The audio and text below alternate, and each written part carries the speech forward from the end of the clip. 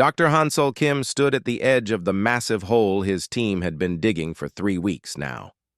The morning sun cast long shadows across the construction site in the mountains of South Korea. But Hansol was not thinking about the beautiful sunrise. He was thinking about the impossible thing buried deep beneath his feet. The mining project was supposed to be simple. Find rare earth metals that the government needed for making computer chips and solar panels. Hansol had done this kind of work many times before, but this time was different. When his drilling machines hit something hard at 200 meters below ground, they made a sound he had never heard before.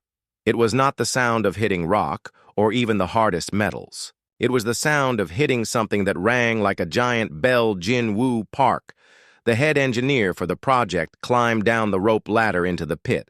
His safety helmet had a bright light that cut through the darkness below.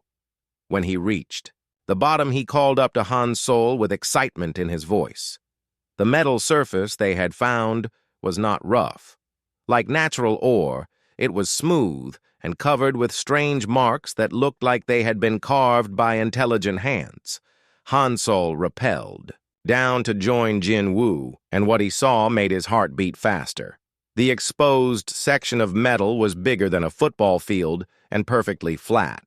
The surface had a dark silver color that seemed to drink in their flashlight beams. When Jin-Woo placed his hand on the metal, something incredible happened. The carved symbols began to glow with a soft blue light that pulsed like a heartbeat. The two men looked at each other with wide eyes. Hansol had studied ancient civilizations his whole life, but nothing in any textbook had prepared him for this. The markings were not random scratches. They formed patterns that looked almost like writing, but in a language no human had ever seen. The metal itself was harder than diamond, but warm to the touch, as if something alive was sleeping beneath its surface. Over the next few days, Hansol called in experts from Seoul National University. Archaeologists, linguists, and materials scientists arrived at the site with trucks full of equipment. Dr. Lee So-young, who specialized in ancient Korean writing, spent hours studying the glowing symbols. She told Hansol that some of the marks looked familiar, like very old forms of Korean characters mixed with completely unknown symbols. The real breakthrough came when Jin-Woo accidentally leaned against what looked like a smooth section of wall. Suddenly, a door opened in the metal surface with no sound at all. Beyond the doorway was a corridor that stretched into darkness. The walls inside glowed with the same blue light, providing just enough illumination to see that the hallway was enormous, at least 10 meters wide and 5 meters tall, as if built for giants. Hansol and his team entered the buried structure with careful steps. Their footsteps echoed strangely in the vast space. The air inside was fresh and clean, not stale like you would expect in something buried underground for thousands of years. Emergency lighting activated as they walked deeper into the facility, bathing everything in an eerie blue glow that seemed to follow their movements. The first room they found was clearly some kind of control center. Curved walls held screens and panels covered with the same glowing symbols they had seen outside, but these displays were active, showing moving patterns and what looked like star charts. Jin-Woo, who had always been good with computers, tried touching one of the panels. The moment his finger made contact, the entire room came alive with light and sound. Holographic displays materialized in the air around them, showing three-dimensional maps of space filled with stars and planets that no human telescope had ever seen. The maps were incredibly detailed, showing not just the locations of solar systems but information about each world. Temperature, atmosphere composition, and most shocking of all, which planets had intelligent life.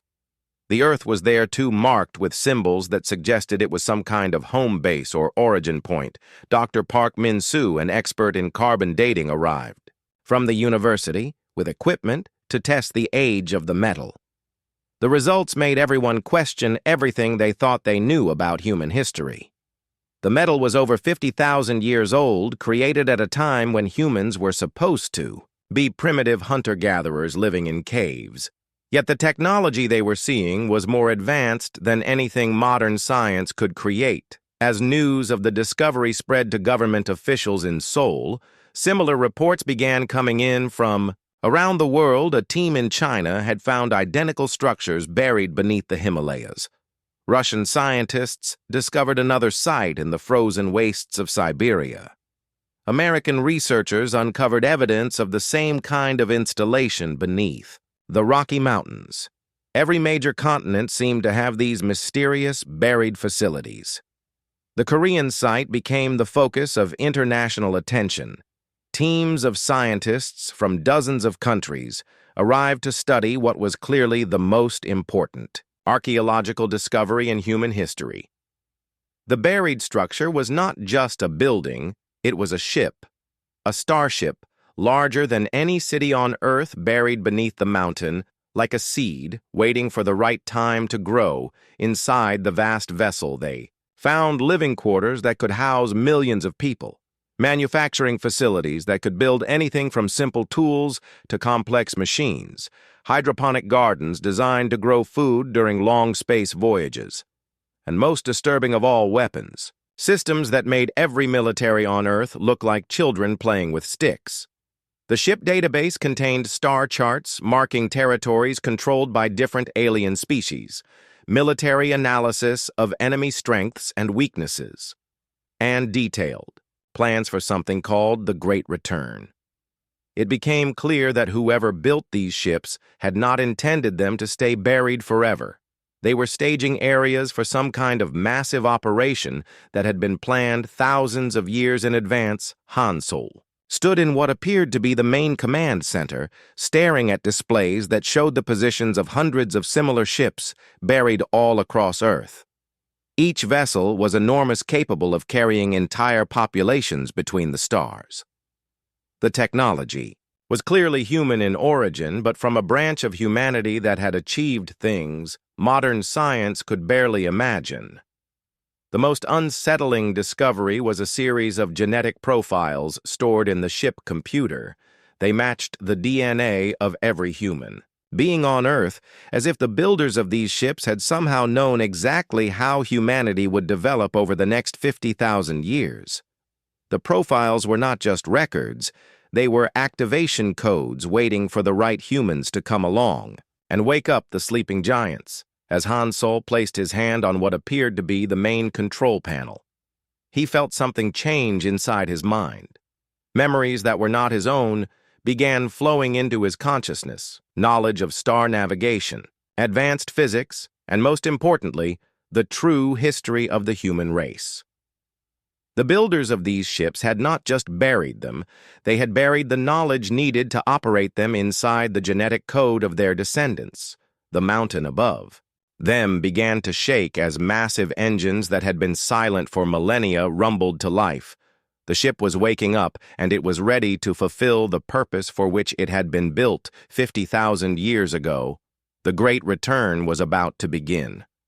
Lee So-min was only 25 years old, but she was the best computer expert in all of South Korea. Her fingers moved quickly across the strange control panels inside the buried ship, while her mind tried to understand technology that seemed like magic. The symbols on the screens responded to her touch in ways that made no sense to modern science, but somehow felt natural to her.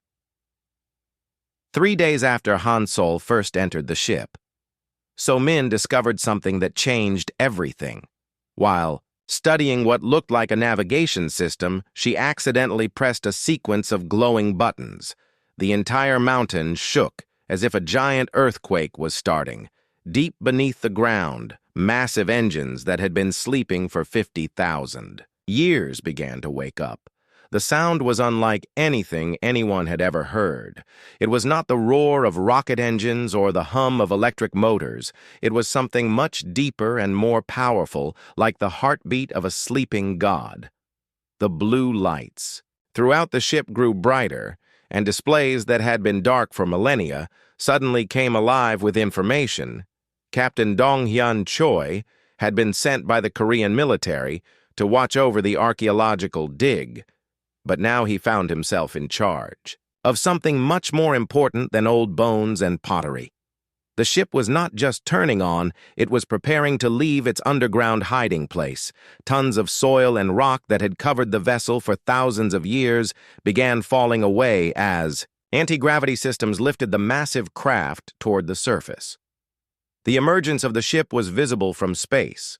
Satellites showed the mountain literally splitting open as something the size of a city pushed its way up from below trees and boulders, rolled down the mountainsides like water as the starship revealed its true size. The vessel was so enormous that its appearance changed the entire landscape, creating new valleys and hills where flat ground had been before. Around the world, similar events were happening.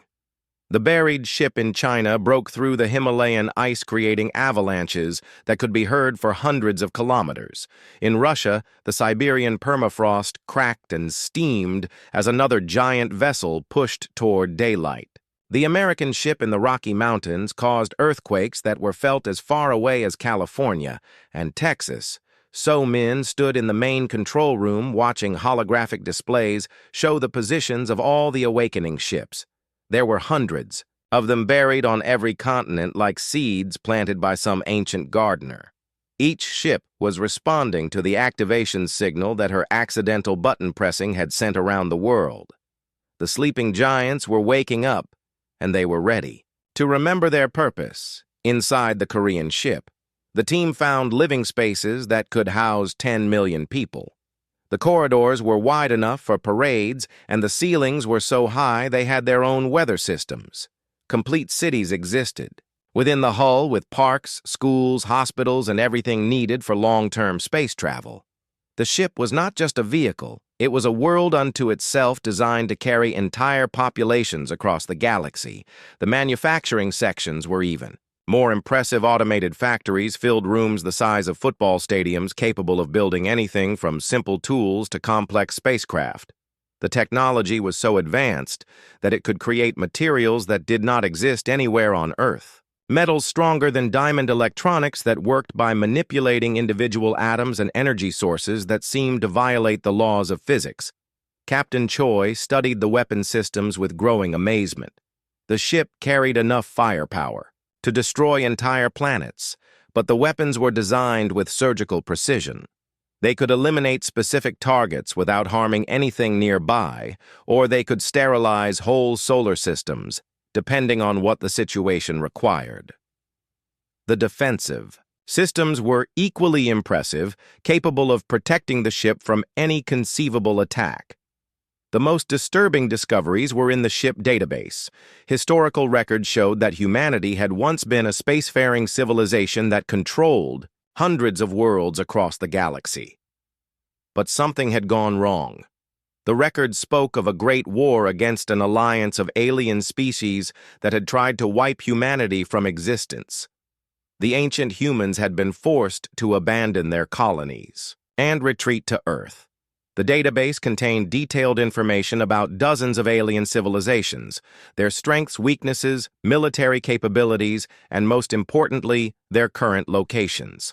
The information was constantly updated by hidden monitoring stations scattered throughout the galaxy, suggesting that humanity had never really lost track of their enemies. They had simply been waiting for the right moment to strike back. So men found personal logs left by the original crew members. The recordings showed humans who looked exactly like modern people, but with knowledge and technology that seemed godlike.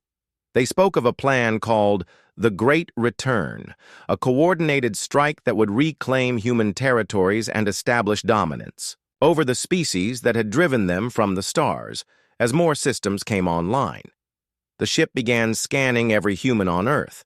The computers were comparing genetic patterns with stored templates, looking for individuals who carried specific markers. In their DNA, these markers had been carefully bred into the human population over 50,000 years, ensuring that when the ships awakened, there would be people ready to operate them. The scanning process was having unexpected effects on people. Around the world, farmers in remote villages suddenly found themselves understanding advanced mathematics. Teachers began speaking in technical languages they had never learned. Children drew pictures of star systems they had never seen as genetic. Memories locked away for millennia began to surface. The ship database revealed the full scope of the ancient plan. Earth itself had been modified during the long exile. Hidden systems built into the planet core were ready to transform the world into a massive military production facility. When activated, these systems would strip mine asteroids, manufacture weapons, and build new ships at a rate that would make the current awakening look small. Captain Choi realized that humanity was not. Discovering ancient artifacts, they were inheriting a legacy of war. The buried ships were not museums. They were weapons of revenge left by ancestors who had sworn that their species would never again be driven from the stars. The time of hiding was over, and the galaxy was about to learn that humanity had not forgotten the betrayal of 50,000 years ago. On the massive space station orbiting the center of the galaxy, representatives from over 200 alien species gathered in emergency session. The Galactic Council had not met in such urgency for 3,000 years, but the news from the Forbidden Blue Planet had sent waves of terror through every civilized world. Elder Kixtar of the reptilian hegemony stood on his speaking platform, his scaled hide turning the dark green color that indicated extreme fear. The holographic display behind him showed images captured by long-range scouts, ships the size of continents emerging from the surface of Earth like flowers blooming in fast motion. The sight made even the bravest council members shift nervously in their seats. The mammals from the Furry Federation were chittering in their high-pitched language, discussing evacuation plans for their home worlds. The crystalline beings of the Silicon Collective pulsed with worried energy, their geometric bodies flickering between colors as they processed the implications of what they were seeing. Even the gas beings of the Nebula Empire had condensed into tighter forms, showing their distress. They all knew the old stories. Every species in the galaxy had legends about the Deathwalkers, creatures that looked harmless, but possessed abilities that made them the most dangerous predators the universe had ever produced. The Deathwalkers could make any machine obey them, turn computers against their creators, and adapt to any environment. Within a single generation, they were nightmare creatures that haunted the dreams of every intelligent race. 3,000 years ago, the entire galaxy had united against the Deathwalker threat. The war had lasted for centuries and cost billions of lives. Every major civilization had contributed ships, soldiers, and resources to the effort to contain these dangerous beings. The final battle had taken place around their home world, a small blue planet in an unremarkable solar system. The victory had come at enormous cost. Entire species had been driven to extinction by the war, and the surviving civilizations had been weakened for generations. But finally, the Deathwalkers had been defeated, their ships destroyed, and their survivors trapped. On their poisoned homeworld, the planet had been surrounded by automated defense systems and marked as forbidden. No ship was allowed to approach, and the Deathwalkers were left to slowly die out or revert to primitive barbarism. Admiral Zet Hin of the Aquatic Empire studied the latest scout reports with growing horror. The emerging ships were not crude vessels built by primitives recovering their technology. They were massive, sophisticated warships that incorporated design elements from dozens of different alien civilizations. The Deathwalkers had been studying their enemies all along, preparing for this moment. The worst part was the ships themselves. Each one was larger than anything the Galactic Council possessed, and the scans showed they were packed with weapons and defensive systems that made current military technology look like toys made by children. The Deathwalkers had not spent 3,000 years forgetting how to build starships. They had spent that time perfecting. The art of war intelligence reports from agents scattered across the galaxy painted an even more disturbing picture.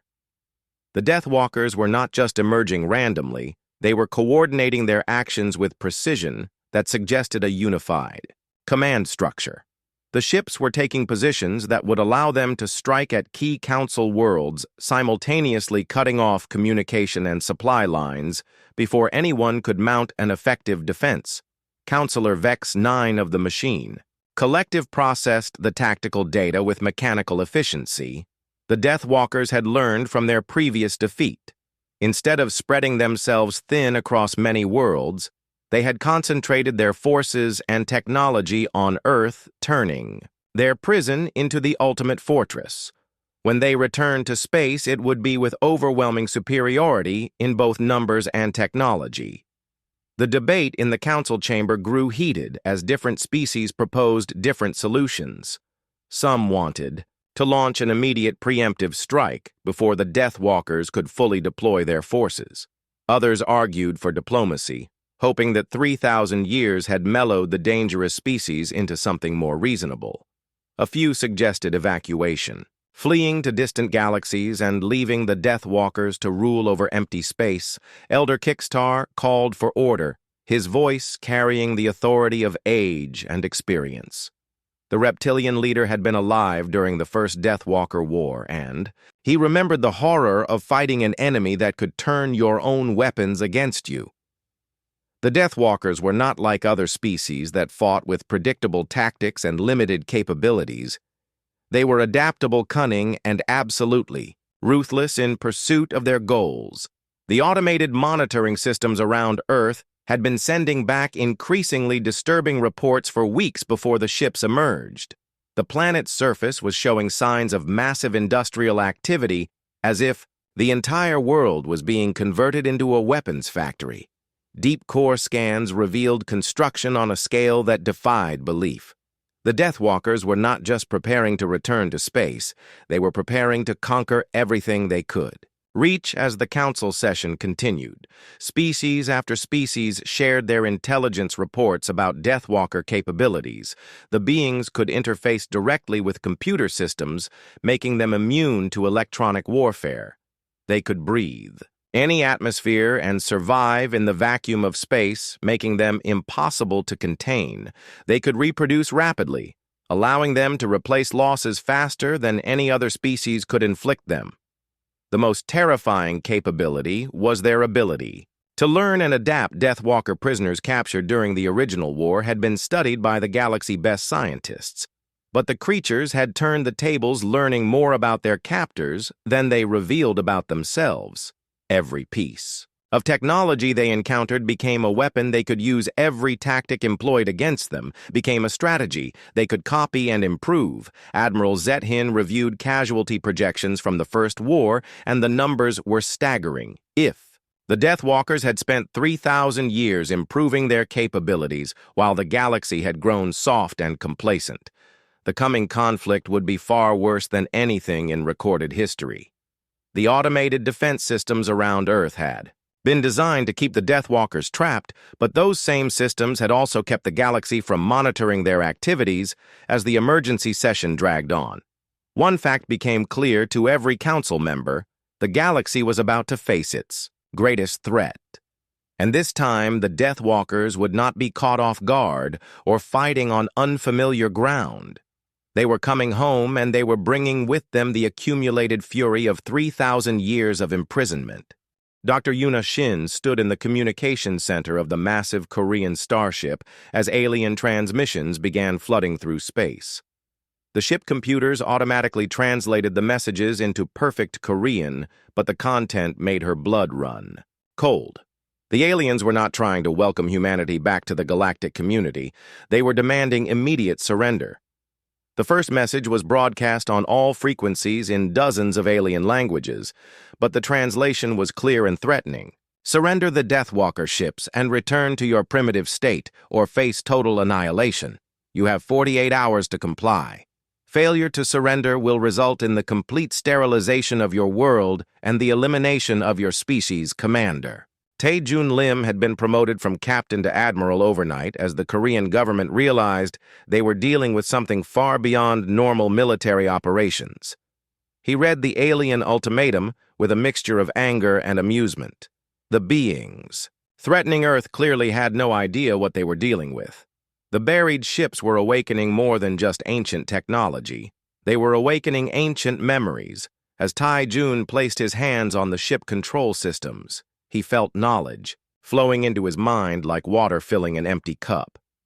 He suddenly understood star charts that had puzzled the scientists, could read alien languages that no human had ever encountered, and most importantly knew the true history of humanity relationship with the galaxy. The genetic locks his ancestors had placed in human DNA were breaking open. The ship database contained the complete record of humanity's first venture into space. 50,000 years ago, humans had been peaceful explorers who traveled between stars seeking knowledge and new worlds to colonize. They had made contact with dozens of alien species sharing technology and establishing trade relationships that benefited everyone. The galaxy had been a place of cooperation and mutual respect, but jealousy had poisoned the relationship between humans and their alien neighbors. Humanity's natural adaptability and rapid technological advancement had made other species uncomfortable.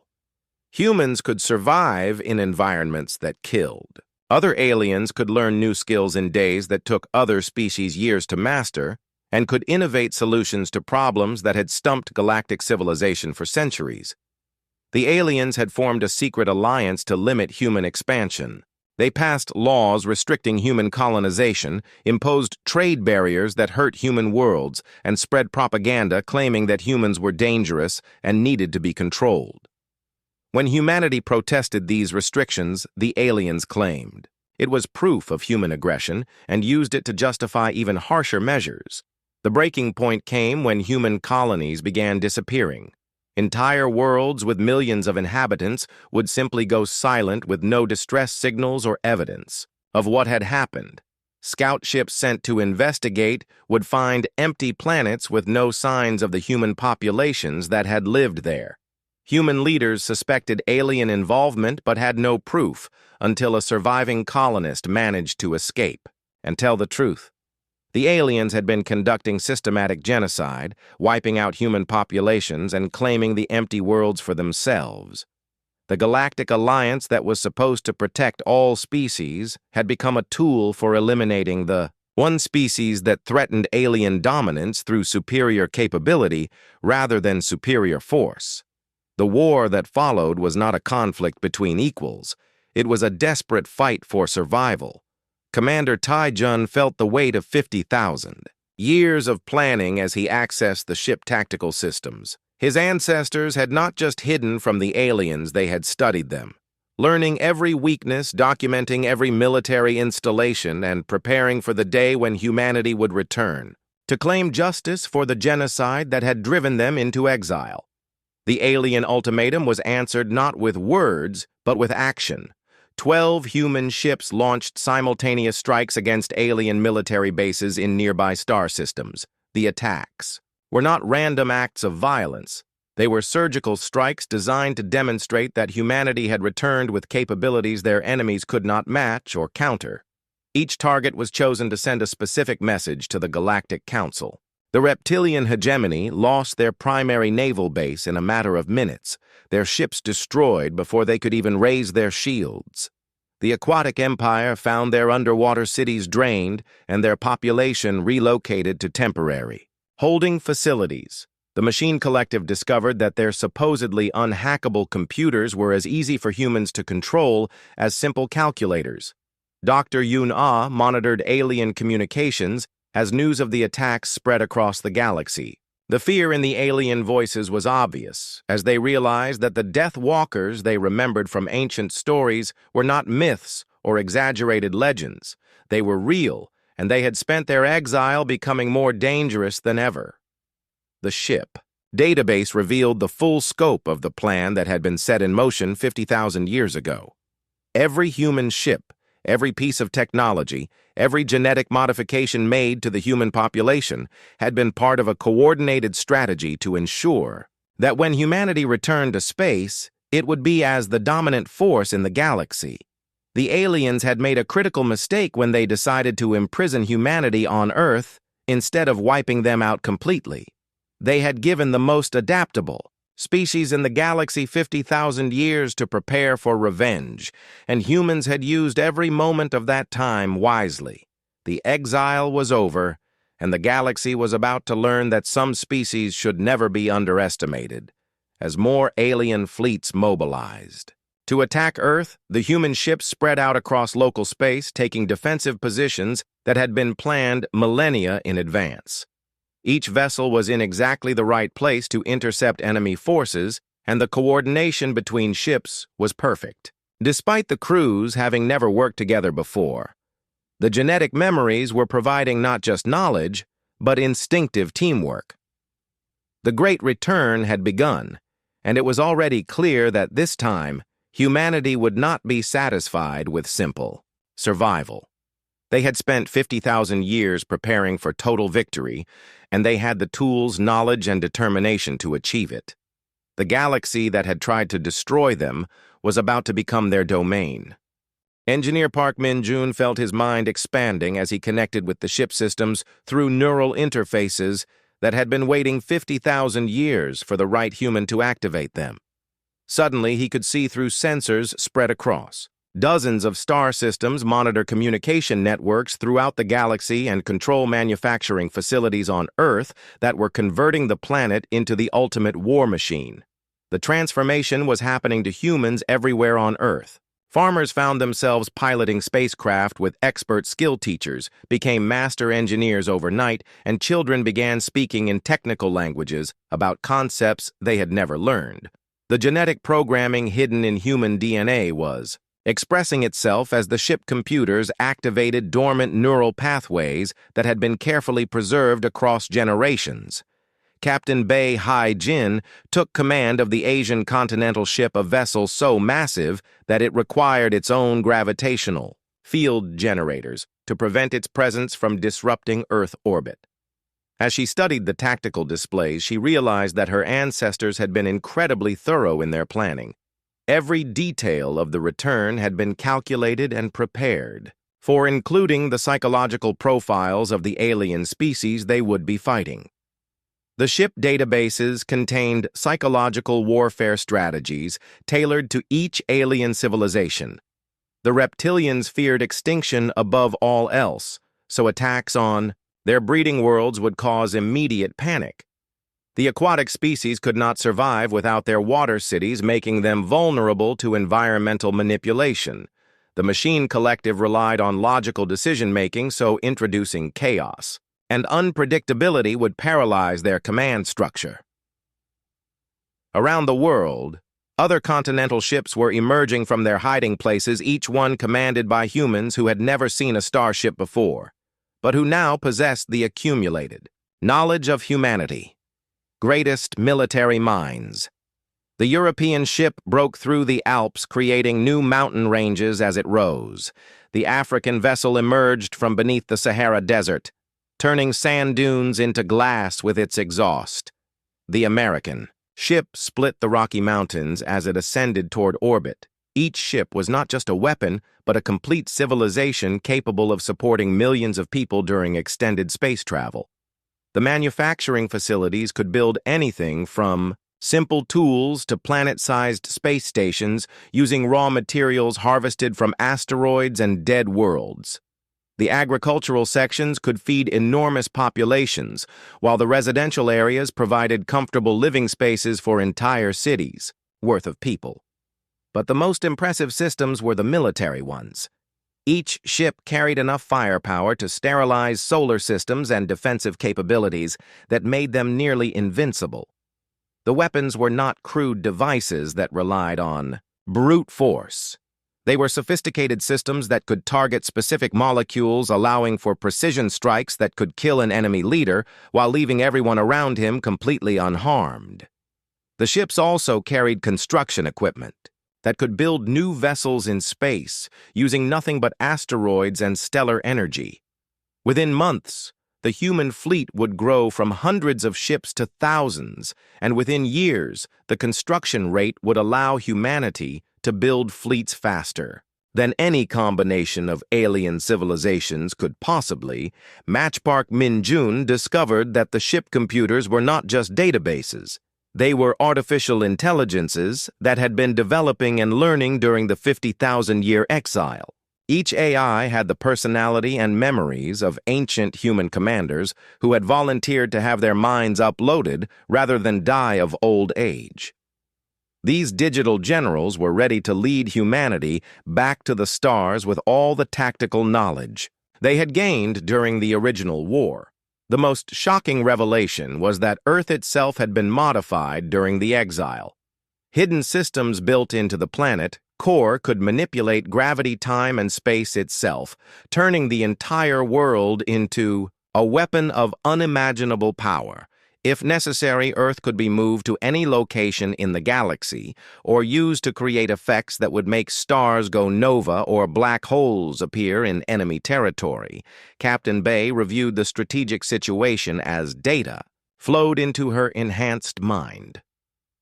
The alien civilizations had grown soft and complacent during their 3,000 years of peace. Their military technology had stagnated while their populations had become more concerned with comfort than survival. In contrast, humanity had spent every moment of their exile becoming more dangerous, more capable, and more determined.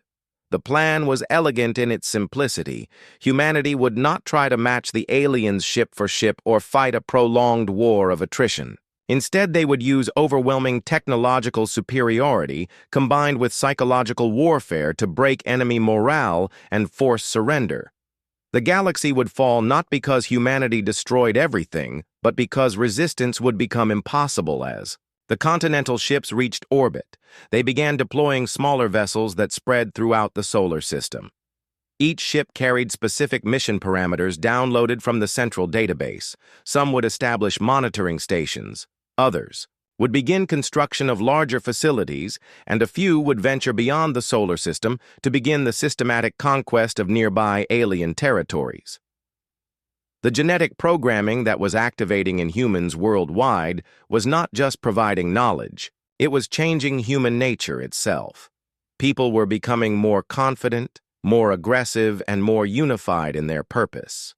The divisions that had separated humanity for thousands of years were disappearing as everyone realized they were part of something greater than themselves.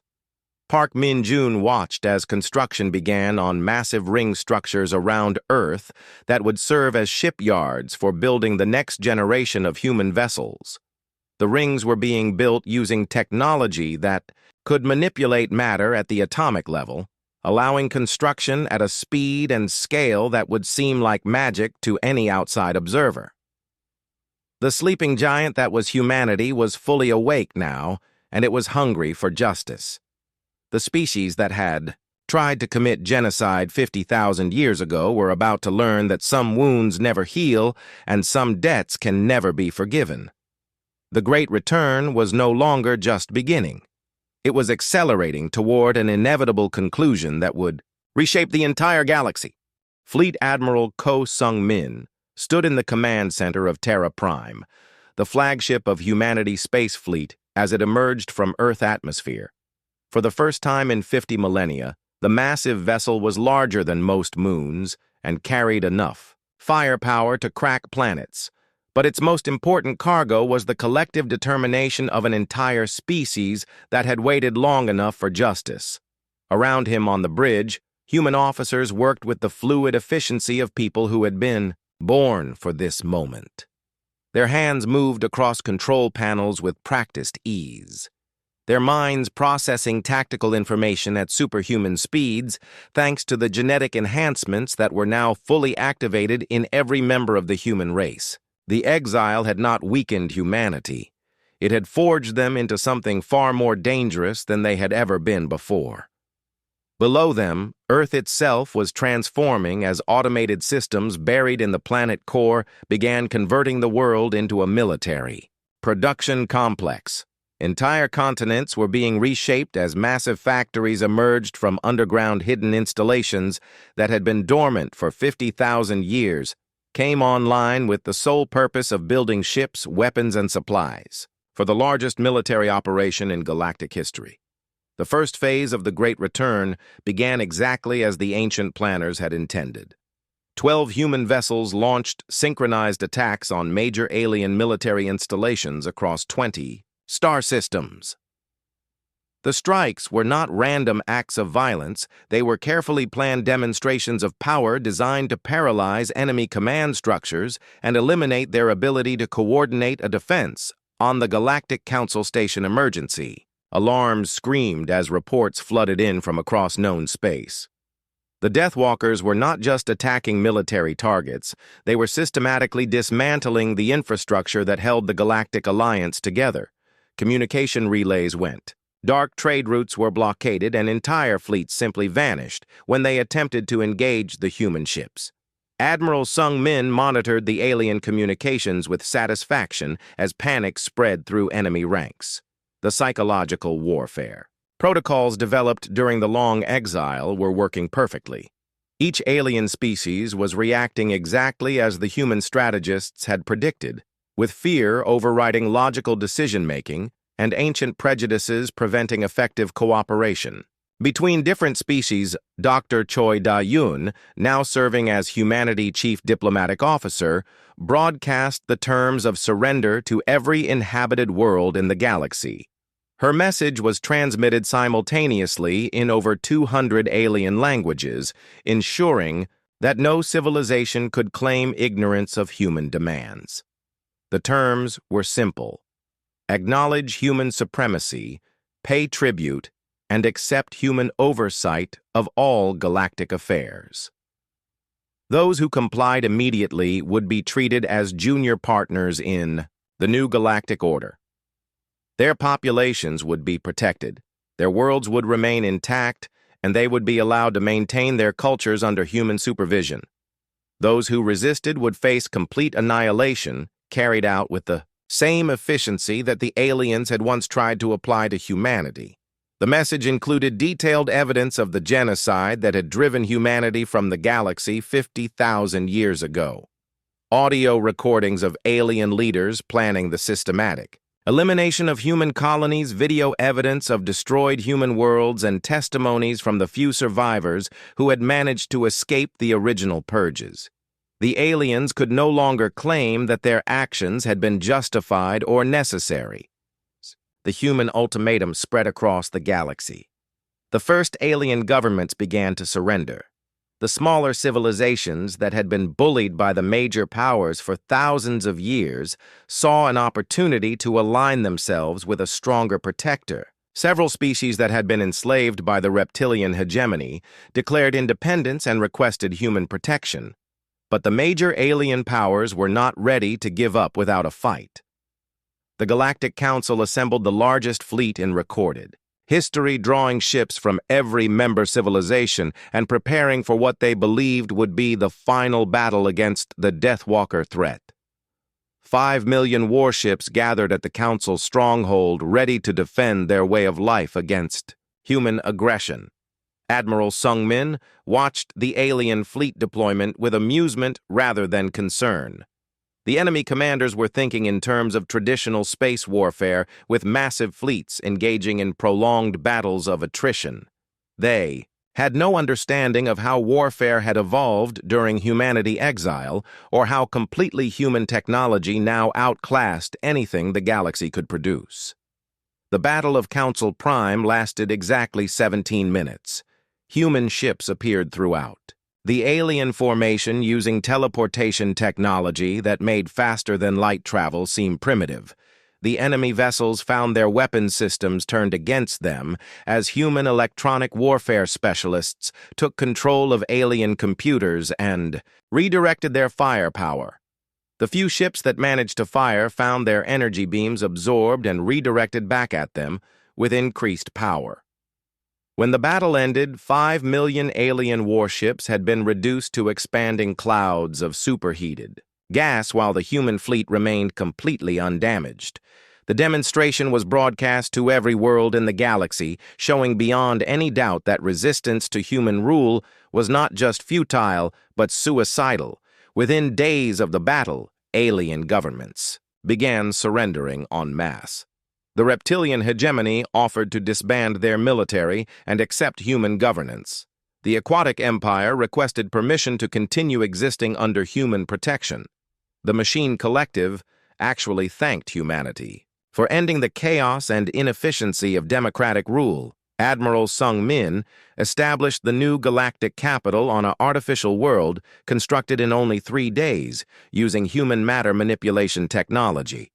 The planet was positioned at the center of the galaxy, where it could monitor and control all interstellar traffic. Every alien world would now report to human administrators. Every alien fleet would operate under human command, and every alien civilization would contribute to human expansion. The Great Return was complete, but it was also just the beginning. Humanity now controlled the galaxy, but there were other galaxies beyond this one, filled with alien civilizations that might pose future threats. The ship construction facilities around Earth were already working on vessels designed for intergalactic travel, and the genetic programming in human DNA was beginning to express new capabilities that would be needed for conquering the universe itself. Dr. Choi broadcast one final message to the galaxy as human administrators took control of every alien world. The exile was over. The genocide had been avenged, and humanity had claimed their rightful place as the dominant species in the universe. The Deathwalkers had returned, and this time they would never again allow any alien civilization to threaten the survival of the human race. The sleeping giant had awakened, and the cosmos would never be the same.